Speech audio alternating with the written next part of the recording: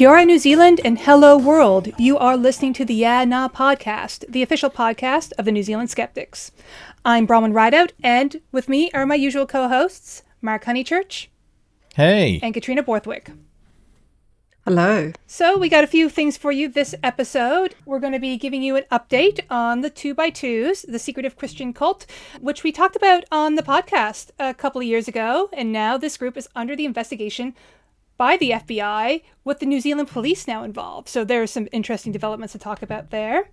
Katrina is going to be contemplating about mansplaining. And Mark, and as well the rest of us, are going to be giving our review of John Campbell's recent miniseries called Under His Command, which investigates Brian Tamaki and the possibly faltering Destiny Church.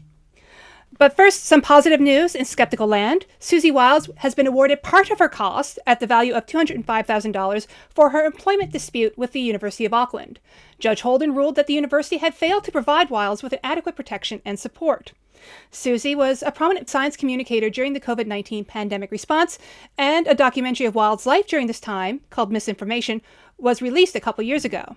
Back when Craig was still a co-host, myself, Mark, and Craig had the honor of interviewing Susie and director Gwen Isaac during its release. We did, yeah. And not only that, I interviewed Susie on a previous podcast of mine as well. I had a different skeptical podcast before this one, and we had a great interview with Susie in the pub, which was kind of an awesome place to have an interview. But yeah, she's really good to talk to. She's always been a really good friend of the skeptics. This is an interesting case. She was arguing that during the pandemic, where she did a lot of science communication and outreach, some really good communication kind of about how to keep yourself safe, she considered that the university didn't do enough to help keep her and one of the staff members safe, and she'd been asking the university for a safety plan and all this kind of thing, and just trying to make sure that with all the threats coming her way that the university was taking it seriously.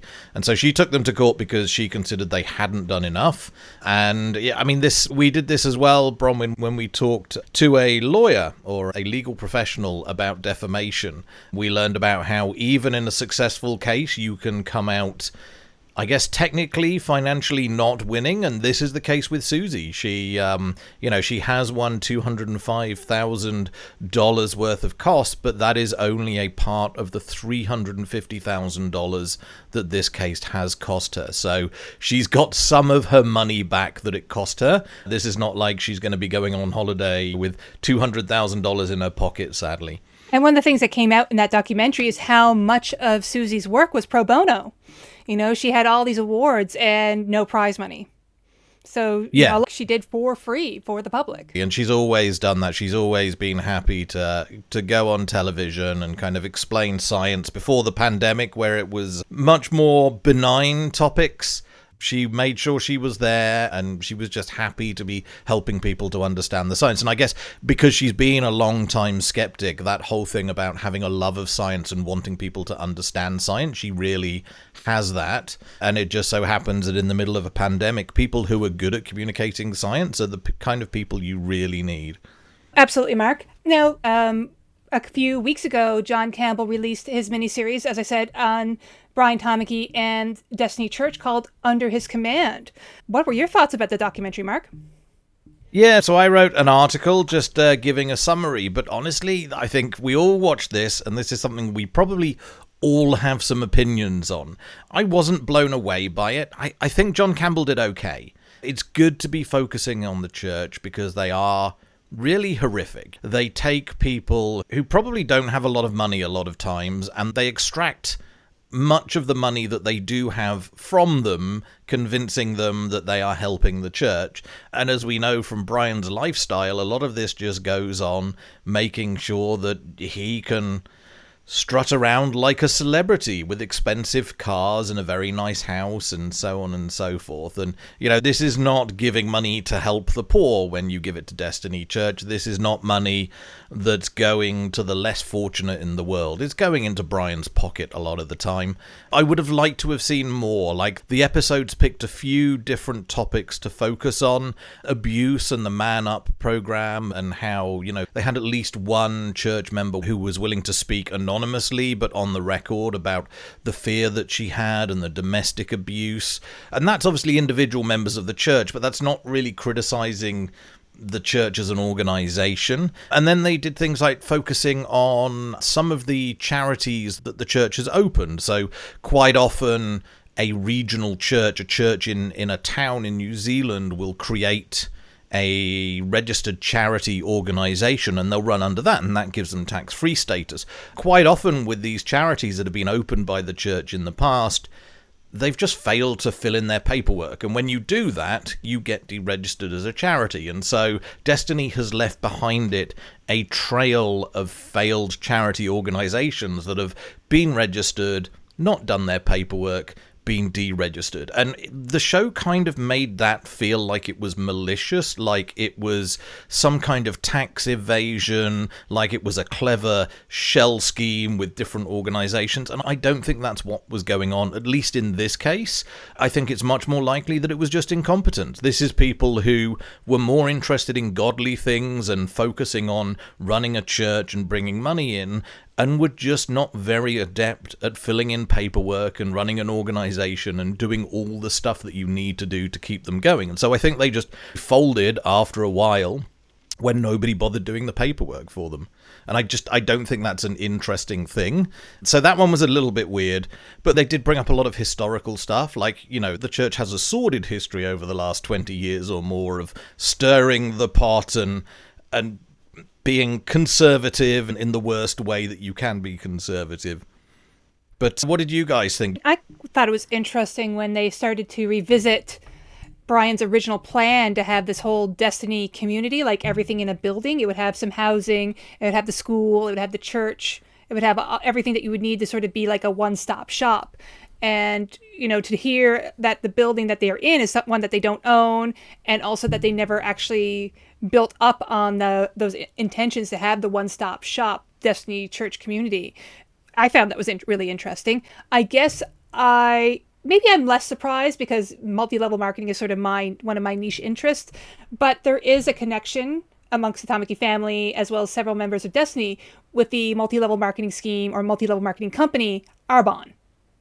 So that there be this sort of inter-church recruitment going on. I felt that might, you know, maybe no one's involved in Arbonne anymore, but I thought, you know, that oversight of Arbonne was interesting for me. So, yeah, the Destiny City, they were talking, you know, when they first floated this thing, they were talking about, I think it was even going to be a walled city at some point, and how it was going to be like an entire city block that was going to have all the services that you'd need. You know, they'd have a Destiny dentist and things like this. And as you say, like, I always knew that it never panned out, right? You and I, Bronwyn, popped into Destiny for a pee on the way out of Auckland a couple of years ago. And I mean, it is just like a large church building. It's not a community. It's nothing like was promised. But the bit that was interesting to me, and probably most people, was that they didn't even buy the place. They were just renting it. And their rental comes out, I think it was at the end of next year. And they have to move out because they are not renting the premises after then. So they've got to go somewhere else. It feels like they got their money under false premise. I mean, the plans may have changed or whatever, but when you see them in the media having these flash houses and things, it's a little bit hard to swallow that, you know, where's the money that people gave for this venue? Yeah, and a whole bunch of it will have gone on rental. I mean, it won't be cheap to have rented this place. You know, in the last 10 years, it might not have been that much different to paying a mortgage on the place if they had bought it. So it's a weird one, and I've seen it before with churches. Like Arise was always big as a church on having a building fund separate to your tithe. We need extra money for the building. They did eventually buy their own building, and now they're stuck with it. Now Arise is going to be a declining church, and they've got this $8.5 million building that they have to keep up mortgage payments on. But I think the expense that Arise was paying for hiring out the Michael Fowler Centre in the centre of Wellington, that wouldn't have been cheap. They used to take it over for basically the whole of every Sunday. So, you know, when you're trying to buy a building but you're spending a lot of money on rent, it's gonna hurt. Yeah, a lot of these quote-unquote New Zealand mega churches, as we may see them, do rent out from schools largely. They use the high school auditorium. That's pretty much where they usually have their meetings. But I guess we have to contrast this with potentially how successful, or how presumably how successful City Impact Church is, because they now actually have their own school. City Impact is another one, and one I've not really focused on much. Like Pete Mortlock has always freaked me out. That whole thing that a lot of church leaders do of trying to look hip and cool while actually you're just bland and in your 60s. But let me put on a leather jacket and ride a Harley, and maybe I'll look cool. I think Brian Houston was a similar kind of thing where he's just not a cool guy, but he had enough money that he could cosplay as someone being the cool man. And Pete Mortlock, I think, is very much in that mold where he tries to look like he's hip and trendy, but he absolutely isn't. But as you say, his church is big and it's scary, but it flies under the radar because he's not quite as controversial as Brian Tamaki is, who is always putting his foot in his mouth.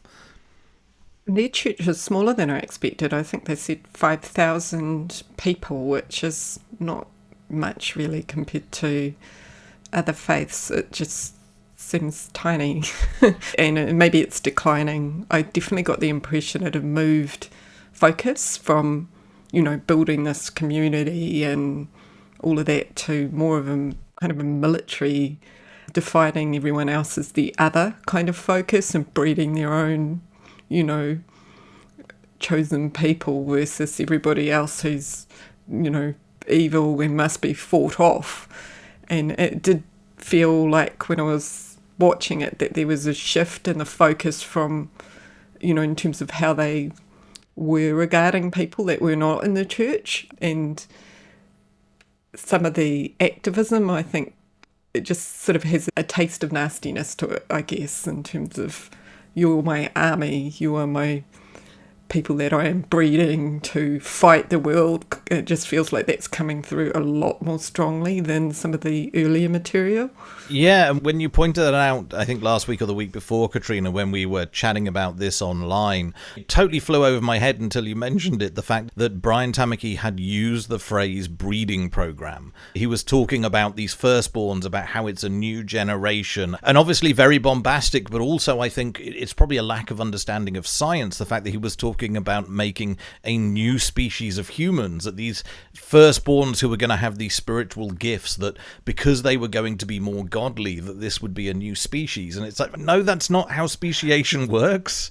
Sure, that's what he was talking about. Or maybe he wanted to leave that impression, but it felt to me like he wanted the next generation to be indoctrinated from birth. Yeah, I think that's what it is. And I think possibly for all the wrong reasons, he's looked at Gloria Vale and he realised how well it's worked, at least in one way for Gloria Vale, that if you keep all your members insular and they have another generation who are brought up within the church, they're kind of a captive audience. I mean, eventually some of them leave, but, Gloria Vale has generated hundreds of new members by having their members have children within the church. And obviously Gloria Vale is more isolated. I mean, at least in Auckland, people can walk out of the church and there's the entirety of Auckland there. But I think it's the same kind of thing. It's the idea of giving birth to children inside the church and making the church their entire world. But scary and manipulative, and for me, and I know parents have a lot of choice over what they do with their children, but it feels wrong that anybody should be able to indoctrinate children like that. Children, like anybody else, deserved the ability to make an informed choice. And if you hide most knowledge of what we've gained over the last few hundred years with science from children, that's not really an informed choice that they're being given anymore. They're just being given a very one-sided story, and of course that's going to affect them. And the younger you get them, the more likely these stories, these beliefs become a core part of who they are, and it'll be very hard for them to change their minds on these things. You just hope that the urban environment sort of short-circuits that a bit and they drift off and it doesn't really come to anything. Yeah. But yeah, so the show was good. They were like 4 15-minute episodes. It's not long. The last one just talked about how the whole controversy thing that Brian Tamaki has talked in front of the church at times about how it's a deliberate tactic, about how it keeps him in the news, it keeps him relevant, that being controversial, annoying people, painting over rainbow crossings and protesting in a horrific way at libraries for drag showtime, that it's just all a way of basically keeping them relevant. And it's cynical and horrible if that is the case, if this isn't just a story he's making up after the fact, if this is actually why he's doing it. It's pretty cynical.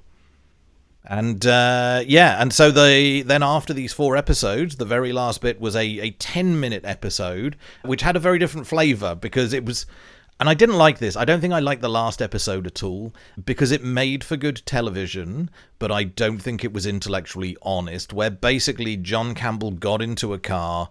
He drove with a small camera crew to the Destiny Church site in Auckland, and then he tried to get an interview. And he was doing this despite the fact he'd been told there would be no interview. It was just that he was on site with a camera. It looked like investigative journalism, but it was just a showpiece. It was kind of clever in a way that he was in the Destiny building, and while he's saying, I'm waiting for someone to answer my questions, he was able to read out the questions to the camera. And being able to do that live and do that, without having to keep doing more takes in one go, that was impressive. But it wasn't a serious attempt to get these answers. It was just a little bit of theatre to basically just summarize the previous 4 episodes and the concerns that John has about the church. And he's right to have these concerns. I mean, he has, as he points out in the show, he's been focusing on them for the last 20 years and doing news reports about them. So he's no stranger to the church, and he's no stranger to criticizing the church. So I think it's good that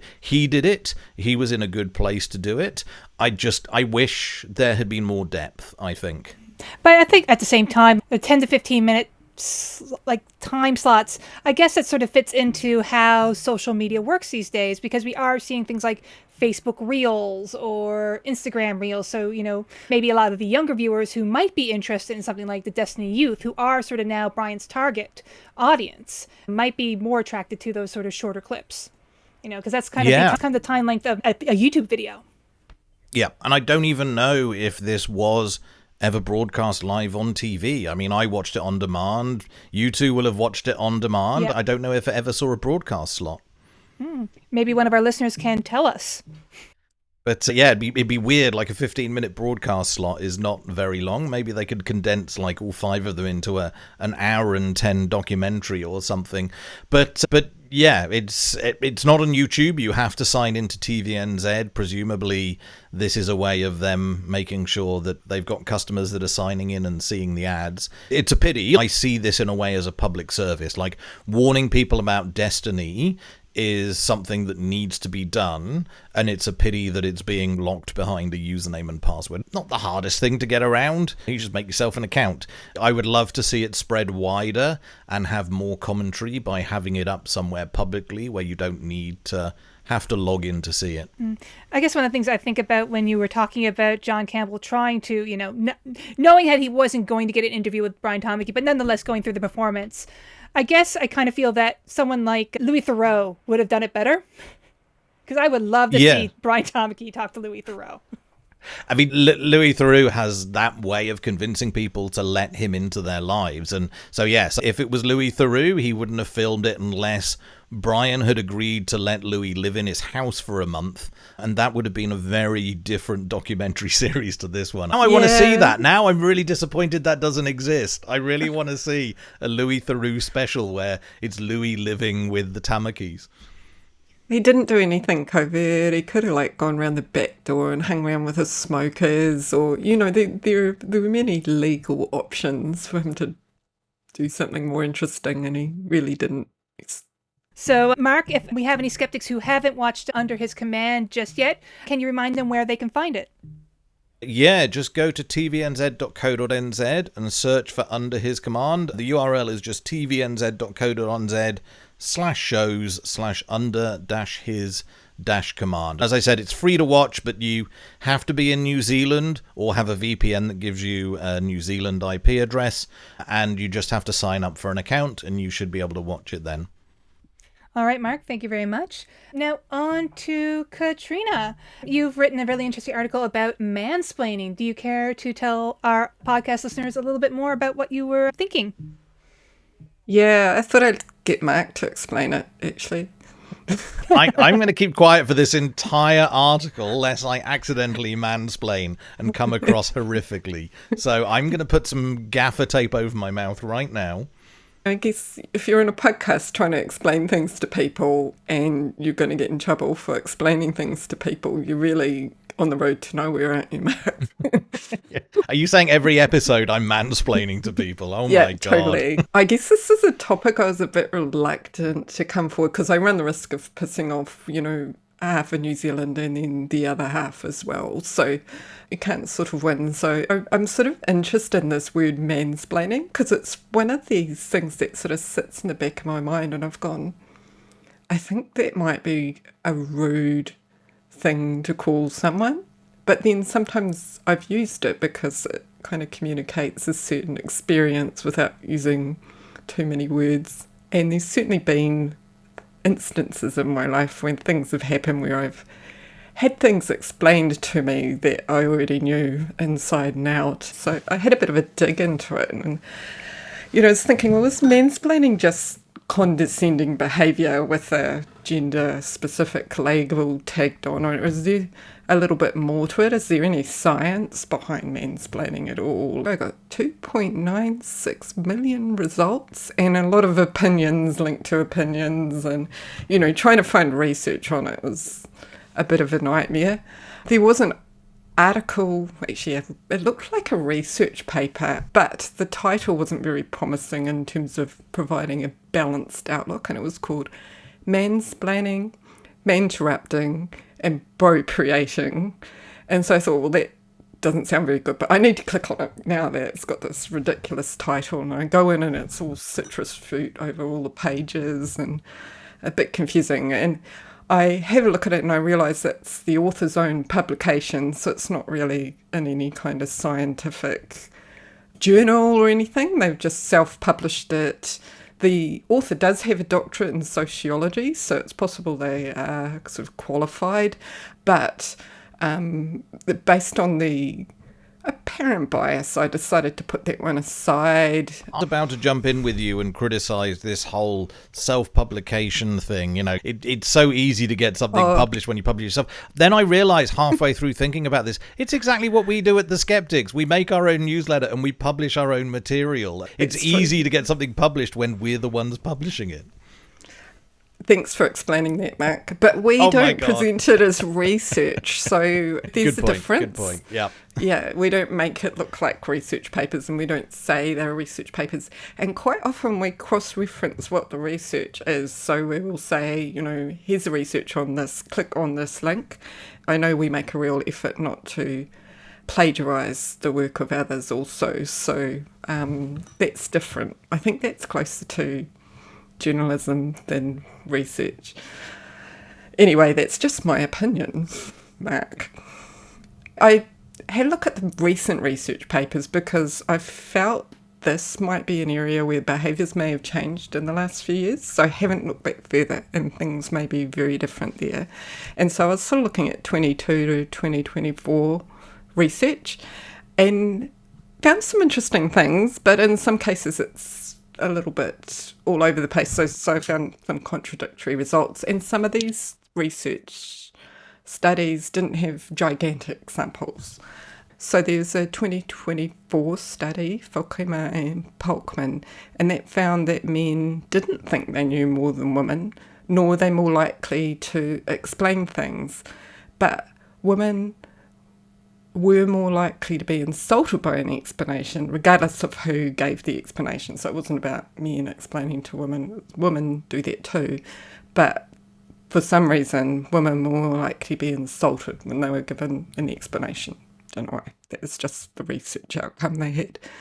Another study that was done last year, Centurion Marcus, that looked at unresponsive advice. So this is a different name for this behaviour. So this is advice that isn't asked for, it's generic or prescriptive.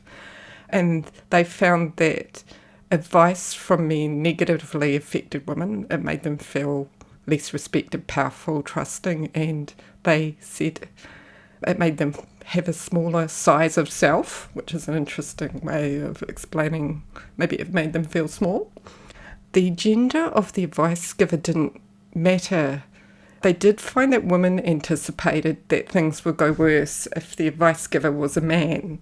We've got some sort of impact of women reacting more badly or thinking things would go more worse. 2023, they looked at condescending explanations or interruptions of voice non-recognition. So that's like you can't get a word in, someone's talking over the top of you. And again, women reacted more negatively and were more likely to see gender bias there when it happened to them. Going back 2022, there is a study, and this one found that men were more likely to mansplain, to explain things, and women were more likely to be on the receiving end of that. But what they were looking at was some of the behaviours there, and they worked out that perhaps this was a behaviour that is part of a group of behaviours called incivility, and I guess the plain language word for that might be called rudeness, so rudeness, incivility. They did find that that sort of behaviour predicted bad job satisfaction and also turnover more than other kinds of rudeness and incivility. And so I guess it's not just a social media thing. I guess it's saying there is something there that they found in their research that is affecting whether women might stay in jobs or be satisfied in their jobs. They found a real world effect that may be going on there. So I've just checked that study, and I noticed the title, which tickled me a little bit. It's titled, well, actually, Investigating Mansplaining in the Modern Workplace. But that's such a good title.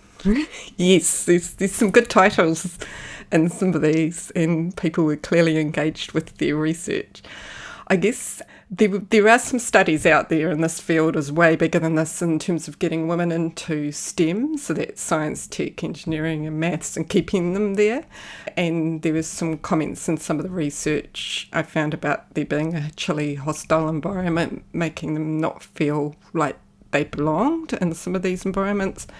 I mean, I guess anecdotally I've also heard from the Women in Infrastructure Network, and this was quite a few years ago, and they were finding that some of the low-key kind of atmosphere things going on was hostile. So women were choosing to leave engineering, for example, because of some of the behaviours. So I guess I'm just saying that if there is this sort of behaviour going on, it's not helping to keep women in that work.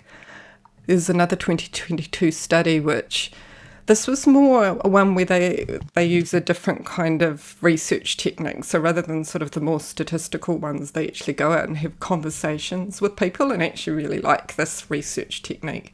And so when you're looking at it, you're not so much looking at statistics, you're looking at common themes that come through. Unfortunately, this one was done in Utah in the US, which is probably not one of the best places to actually do research into a topic that sexism might impact on. And they found the themes that were coming through is that sexism isn't getting better. It's worse in Utah than other places, and it's very common.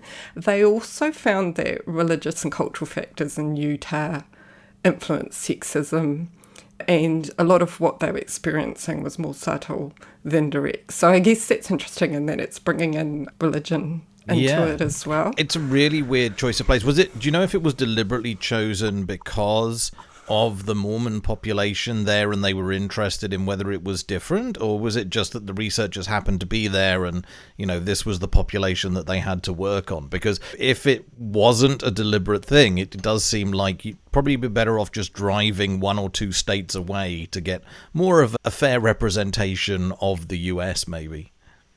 It seems highly suspect that it was done there, but I don't know why it was done there. It's possible, you know, there are researchers in Utah. It's possible that the researchers in Utah were more motivated to research this topic because of what was going on. I don't actually know, but that is a very interesting question, which I don't have the answer or the explanation to. So I guess just, you know, looking at that, there's not a lot of actual research in the last few years, but there are a few things, and I think it's sort of saying that, you know, we've got this sort of unresponsive advice, and that providing advice that's not asked for, that, you know, that's generic or prescriptive, or it might be rude, uncivil, is not a great idea for anybody. But there is also indications that women may be more primed to expect this sort of behaviour from men, and that's something that needs to be taken into account. So I guess if you're in a situation where you're communicating with a group of people, and maybe it's just having that awareness that there may be that priming there, that expectation, which has very good reasons for that, and making sure that some things are done to make sure, you know, you're not sort of triggering that unnecessarily. And I guess one way of doing that is making sure you're not explaining things to people who know more about the topic than you do. The Economic Forum did write a piece on how you can determine someone's actual expertise, and I thought it was quite useful. So this is basically 101 on how to not look like an idiot when you're explaining something to someone. You can sort of get a sense from the person, from what you know about them, how likely is it that this person is an expert. So if you rock up into the psychology department of a university and start talking to a professor there of any gender, how likely is it that they're going to be an expert in a psychology topic? But then how likely is it that they're going to be an expert in another topic like biology? Or if you go and meet someone, you might not know anything about them, and so it might be worth taking some time just to figure out what their background is. The other thing that experts do is quite often they will listen and they will offer opinions and views when they're well-founded, so they won't just chime in. They will actually offer you an opinion on something that's useful, and they might be able to go more in depth. The opposite of an expert might make sort of grand sweeping statements, and they might keep saying the same thing over and over again because that's kind of what they know. Someone who's an expert in an area might be able to go quite deep into a particular topic and actually know things that someone wouldn't normally know. And the other one is anyone actually know the answer to the topic? So an expert will qualify statements. So they might say, for example, that the statistical likelihood of an earthquake in Wellington in the next 50 years is X. They won't say it's going to occur on a particular date. So that might be some of our other supposed experts in New Zealand would happily predict the date that earthquakes and things happen, but an expert will just give you statistical likelihood, and that's how you can kind of tell the difference. And finally, they can provide information flexibly. So if someone can explain something to a 8-year-old at the right level, but they can also explain at the right level to someone that is more knowledgeable in the field, then that's showing some flexibility in terms of knowing all the information and what's relevant, but also being able to pick out just the information you need. Whereas someone who's not an expert will essentially keep playing the same tape. This is what I know and this is what I taught, and they won't be able to simplify it down to explain to a general audience so that they can educate people. They'll just keep playing the tape on what they know and what they've heard. That sounds very familiar. The other day I watched the Piers Morgan interview where he had Eric Weinstein and Sean Carroll on, both of whom are physicists, but one of them is sensible, Sean Carroll, and the other one is just weird, Eric Weinstein. And Piers Morgan was trying to keep the topic on physics and ask them some physics questions, and Piers Morgan knows next to nothing about physics, but it was really interesting to see that juxtaposition, that Sean Carroll's answers, he was really bringing it down to a level where he understood that the audience for a Piers Morgan show are not going to have a physics background. And so he was explaining something in very simple terms each time he was asked to talk on something. And then Eric Weinstein would just throw out a word salad of complicated physics terms, I think because he's learned that by doing this he looks intelligent. If you say something so complex that people are unlikely to understand it, there's no way they can engage with you and argue with you. All they've got is to sit there and just go, wow, isn't he clever? And it was such a weird thing, and that juxtaposition of the two next to each other, it was chalk and cheese. It really was.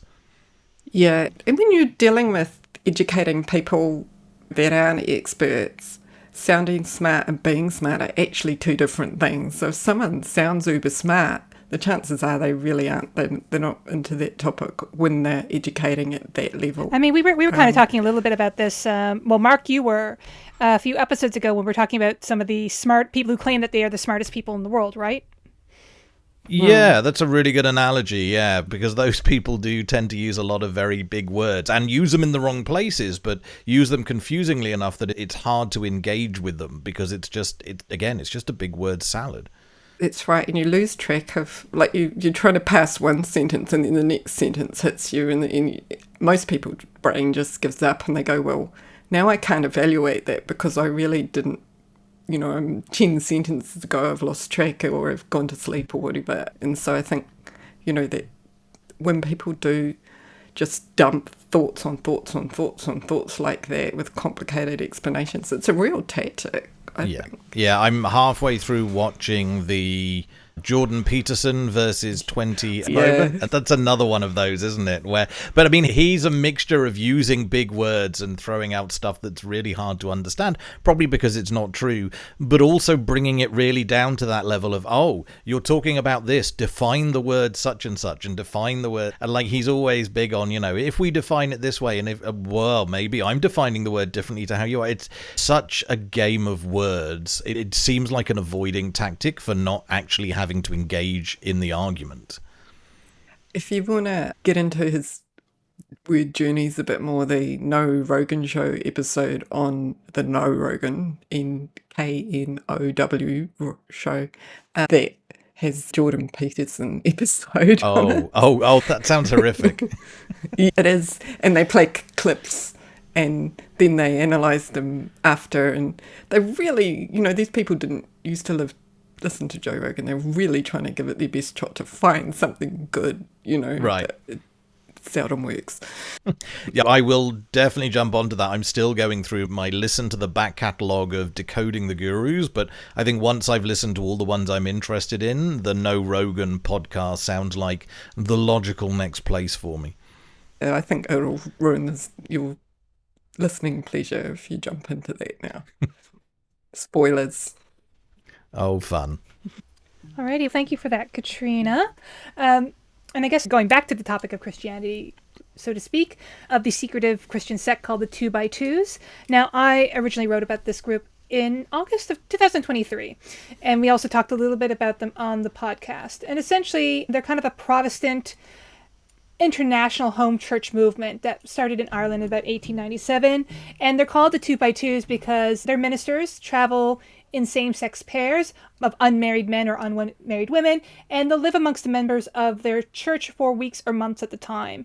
I think the numbers they estimate in New Zealand are sort of in the low thousands, and the membership is spread out over rural districts. Often a lot of the members come from farming or rural families, so these ministers have a long time to travel. And so that makes sense for them to spend a couple, weeks or months with a family. The group itself is incredibly secretive, with no official headquarters or published text. And basically, life within the 2x2s, particularly in New Zealand and Australia, is described as incredibly restrictive with minimal access to media. But some ex-members did describe having kind of contemporary upbringings. Like, I remember I was listening to one YouTuber talk about their upbringing, and they had computers. She was able to wear pants. She was able to have friends and go to public school. But that's not, the usual upbringing. Laura Conte McConnell, who was a speaker, an ex-2x2 member who spoke at D-Cult, she certainly spoke of a more restrictive upbringing herself in Australia. I'm just giving an update of everything that's kind of happened a little bit since 2023, but it does require stepping back to 2022. So prior to my article, a major long-serving overseer or leader in the 2x2s named Dean Brewer died suddenly in a hotel room. And it was eventually revealed that his laptop contained evidence of child sexual abuse. So like some of the worst stuff.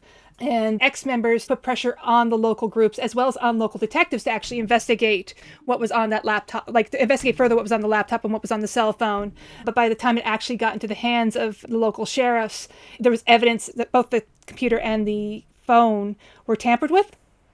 So, no further investigation occurred. There was, as far as they were concerned, there was really no further evidence of a crime that happened in the jurisdiction in which Dean Brewer was found.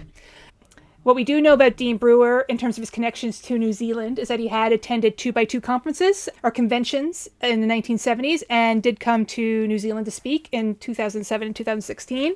The conventions are kind of they happen during the summertime. They happen across the country, particularly in Canterbury, in the Wairarapa region, as well as in Pukekohe is where it happens around sort of the northern part of the North Island. It's a big time for all 2x2 families to get together and socialize. And this is kind of where kids who grew up in the 2x2 can meet their future spouses. And often they're meeting in accommodation or facilities that are owned by other 2x2 families. But sometimes, due to numbers, they also rent out public facilities like, a school or a town council building. In January 2024, the BBC in the UK released the findings of its investigation into claims of child sexual abuse, and it appears that this investigation might have spurred on or helped spur on the FBI in the US to announce its own investigation in February 2024. Because again, we had both the crimes of Dean Brewer being revealed, as well as the BBC series revealing that ministers who committed or were alleged to have committed sexual abuse in one country could actually be moved internationally or have been moved internationally. So even though the FBI at the time of February 2024 didn't really state that it was interested in what was happening in New Zealand, it did inspire New Zealand survivors to come forward.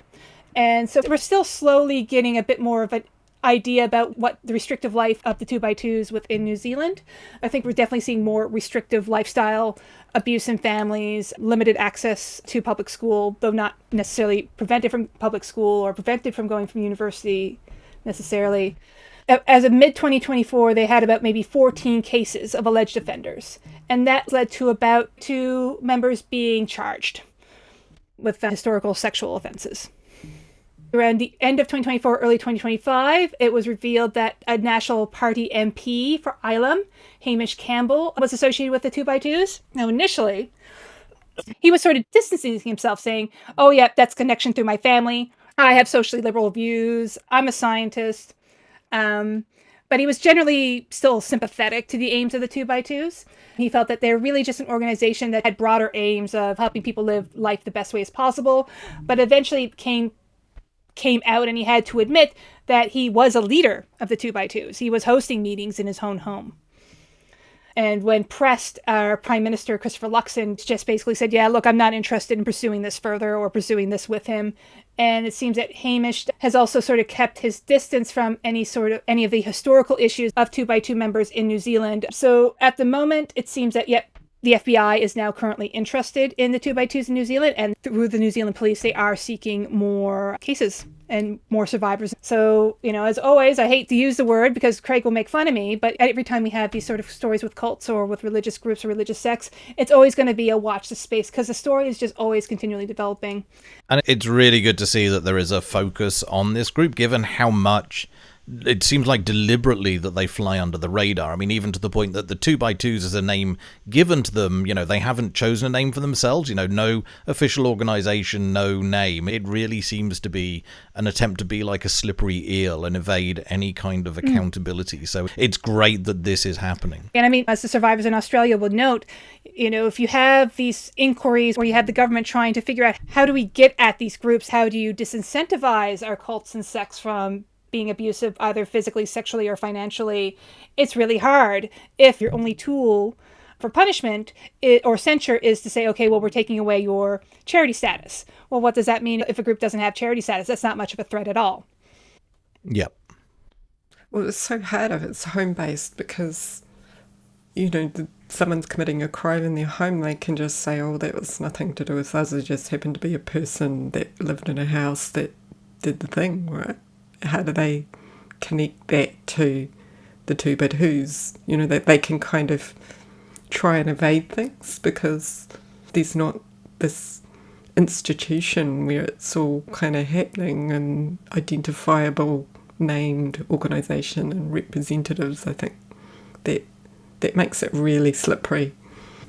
I'd say potentially, if someone said, well, it's so-and-so's name, so-and-so did this to me, there's still the crime there. Blame the organization. Yeah, I think so. You're going down to blaming the individual. But as we see with the stories that are coming out and the accusations that are coming out now, they can still say, hey, look, we do have evidence that this is the 2x2s. There is a form of communication. There are bank accounts in the background that are run by these groups. So it's just a matter of finding the right person who has the right piece of evidence. The evidence is there, but I think, sort of this meeting is happening in someone's home. That's not as strong of an argument against, the criminal prosecution. You can still prosecute the individual who does a crime. Yeah, I'm sure the FBI wouldn't be looking at it if they didn't think there was some bigger thing happening there. No, exactly. So it's sadly an exciting time after so many years of people tracking the 2x2s and talking about the 2x2s, particularly in Australia, that the FBI's response to the 2x2s that's actually spread on New Zealand and other countries. So that this is actually happening now, I think is really important. Alrighty. And I guess now, Mark, you've come across some more Google AI nonsense. You want to tell us a little bit more about that before we say goodbye for the fortnight? Yeah, this was an interesting little article I threw in. I don't want to go on about it too much because I think there's too much focus these days on AI, and honestly, a lot of it's very boring. But this was just it started off as a fun little thing that I noticed, and then it kind of ballooned into me seeing the worst side of this. And the benign bit, the bit that isn't so much of a problem but was interesting, was I read an article a couple of weeks ago about how people had been typing into Google search a phrase that they were trying to find or a thing they were looking for, and that Google was accidentally thinking that this thing being searched for was an idiom, that it was a popular phrase, and that maybe the person who typed it in wasn't searching for this thing on a web page, but maybe they were just looking for an explanation as to what it means. And Google was tying itself in knots and bending over backwards to try and describe what this idiom means. And it's not an actual phrase that people use. And I noticed it happen on one of my Google searches, which made me think, ooh, if it's happening this often, can I trigger this deliberately? And so I chucked in some phrases to Google around skepticism that I made up, just to see if Google would think that they're idioms and try to explain to me what they were. And it worked. What was interesting was I think by this point the news had been out for a few weeks, and I think Google had retrained its AI so that it was more aware that something that looks like an idiom might not be an idiom. So it was sometimes giving me caveats of this might not be a well-known phrase, but it would then still go on to explain what it meant to me. And the first one I tried was, you can't trust a skeptic past midnight. And I think in my head I had the classic movie Gremlins going on there about, not feeding gremlins after midnight. And it told me that the statement you can't trust a skeptic past midnight is a humorous or metaphorical way of saying that a person's level of skepticism or doubt might become exaggerated or unreasonable, especially when tired or influenced by late night circumstances. And it went on to explain a bunch of stuff about how people get tired late at night and maybe people's skepticism doesn't work so long later on. So I then figured I'd go for a more weird one, so I went better a skeptic than two geese. And the AI kept trying. This one, at least it told me it doesn't appear to be a well-known proverb or idiom, but then it went on to explain that it seems to imply that being skeptical or doubtful is preferable to having two geese. This could be interpreted because skepticism is a valuable trait, and geese may be perceived as having negative qualities, and it's probably hard to have two geese, and it's better to be skeptical than having these geese. I threw in some others that just got really random, like once a skeptic, always a day less. Again, it really tried its hardest to explain it to me. The skeptic twice on a Monday. It didn't falter, didn't bat an eyelid. The AI tried to explain to me what this well-known phrase means. And then I thought, actually, is there something a little bit more to this? And so I started asking it questions about skepticism and looking for advice on what is Google's AI's opinion. I mean, this is not a real thing, but it has been trained in a way that it will respond to questions in certain ways, and it will respond to certain questions. And this is where I found the concerning bit. What I did was I asked two counter questions, two opposite questions, and I saw a consistency in the answers that was really interesting. So I asked it why you should be a skeptic. Those are the words I typed into Google, why you should be a skeptic. And the AI came back and said, an AI overview is not available for this search. Okay, not a problem, but what about the opposite? So I asked the opposite, why you shouldn't be a skeptic.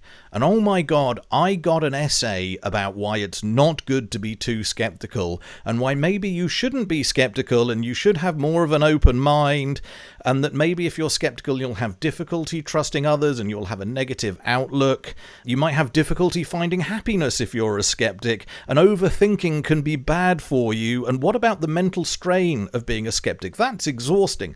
And this thing just kept on going about why being a skeptic is not a good thing. Whereas, as I said, the other side, why I should be a skeptic, it's just like, no, I'm not answering that. Whereas I think there's probably a much better set of reasons why you should be a skeptic than why you shouldn't be a skeptic. These were followed. So we had a Skeptics in Cyberspace where I brought this up, and Al Blenny in our Skeptics meeting, he asked, well, what about religion? So he suggested, why should one be religious? And why should one not be religious? And sure enough, why should one be religious? A whole bunch of stuff about how you get meaning and purpose in your life, a sense of community. Religion's great for stress reduction and coping, pro-social behaviours, moral guidance. You can have hope and optimism.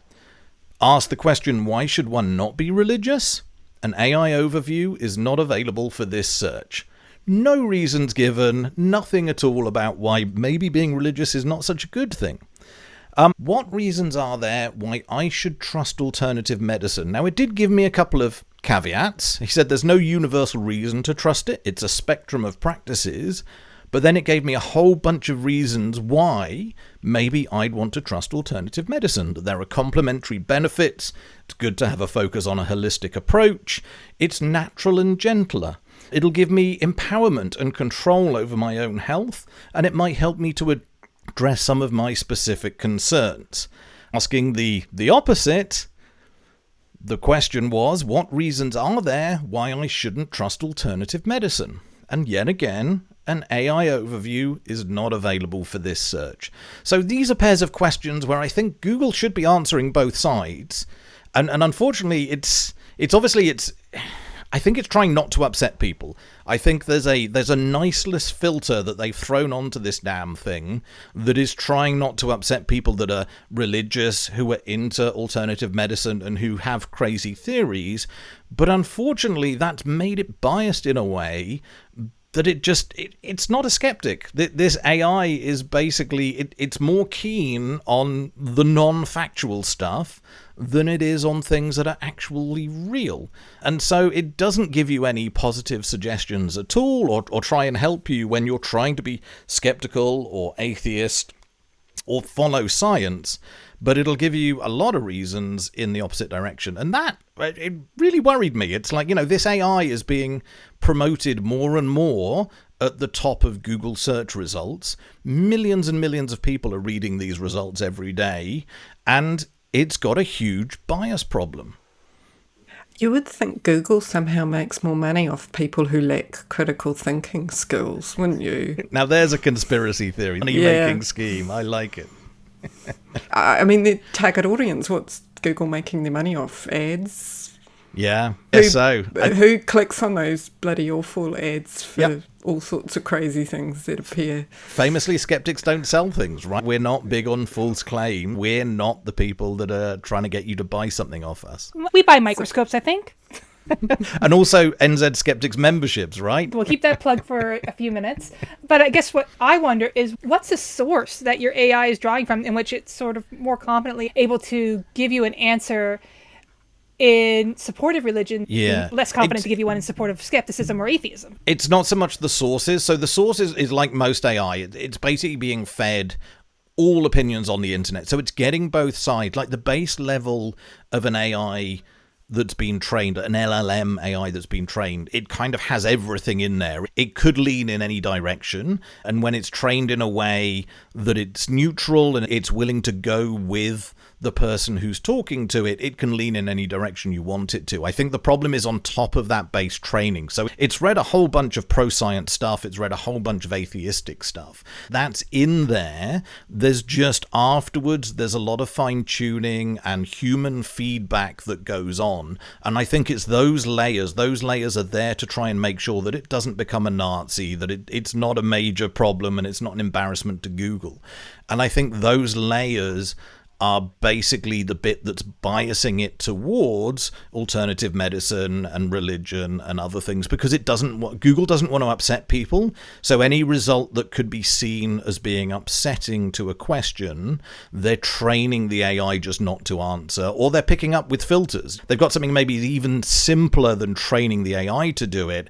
It might just be a classic piece of software, an algorithm that's trying to figure out the tone of certain questions, and then it doesn't even engage the AI engine. It just goes, nah, I'm not answering that.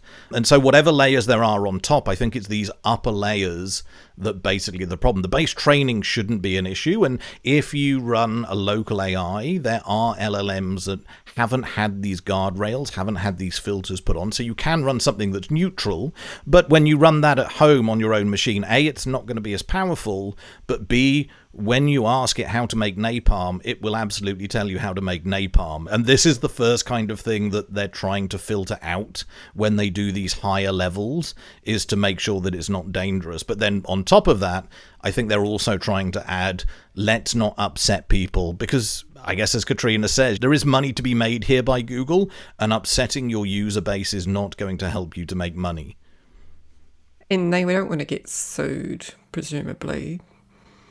Yeah, But, people go making napalm, it's probably not good for their business and could be bad. I think governments can shut you down when you have an AI that's telling people how to make napalm and fertilizer bomb. There are very good reasons not to do that. But yeah, probably their marketing bottom line is probably more the driving force behind trying to make it polite and not be too controversial, unless you're Elon Musk and you have your AI that you want to be a little bit weird and racist and whatever else, in which case go for it. So how could we possibly ever get skeptical, critical thinking stuff show up prominently on Google if they're using a sales algorithm? I can imagine if Susan Gerbic was here right now, she'd tell you by editing Wikipedia pages, because they show up just under the AI results as some of the first results. So that's absolutely that awesome work she does. But I also don't even know if, maybe Google just needs to be told about this. I presume they know, but maybe they don't. Maybe they don't do this kind of testing. They don't come at their AI from the perspective of an atheist, of a skeptic, and they just haven't noticed that they've accidentally ended up kind of where their politeness has made this bias, which is, it's not good, and that hopefully they will fix it eventually, but maybe someone needs to really let them know that this is a problem. Yeah, it makes you wonder how many sort of scientists they've got, apart from computer scientists kind of working for them, because they're not necessarily thinking on that track when they do this work. Yeah. All right. So we're capping off the episode, as we always do, with a membership corner. Next Skeptics in Cyberspace will be June 20th.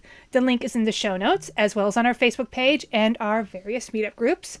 For those who enjoyed last year's Global Skeptics in the Pub, it's happening again. August 22nd is the date, hosted by the Bay Area Skeptics. So put that into your calendars, and we will hopefully have more details available soon. In terms of our national events in Wellington, we will have Skeptical Activism in the Pub on Thursday, June 5th. Mark, do you want to take it away on this one? Same as ever. Come along, make a complaint, get a free beer if it's your first one. We'd love to see you there. I'm just finishing off a project to get all our articles online finally nearing the end of that one. So we are back to our plagiarism project that I'm sure you heard us talking about early last year. The author in question that we are going to be suggesting might have plagiarized has just released another book. So we have some more material to get our hands on and run through our plagiarism tool. Hopefully in the next few months we will be able to release this to the public. I imagine over the next 2 or 3 months we'll be doing a lot of work at our Skeptical Activism meeting, preparing the material we have for this. So it's going to be a busy time at Activism. Feel free to come along, help us out, or just come and talk about the project that we're working on. All right.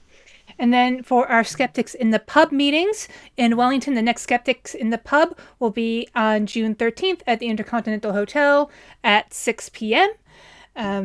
The Auckland Skeptics in the Pub will be on Tuesday, July 1st at the Dyson Fork from 6:30 p.m. And our Dunedin Skeptics in the Pub continues to be on hiatus. Now, aside from listening to the podcast on our several fine podcast platforms that we are hosted on, you can also find us on our YouTube page.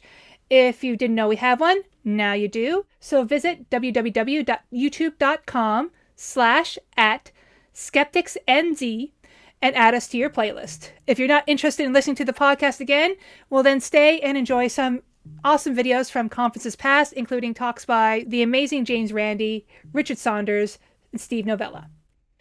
If you have any comments, questions, or concerns, or kudos, you can email us at either podcast@skeptics.nz or newsletter@skeptics.nz. That's it for the Yana podcast. We hope you enjoyed this episode. And until next time, it's kakite from me. Kakite. Bye.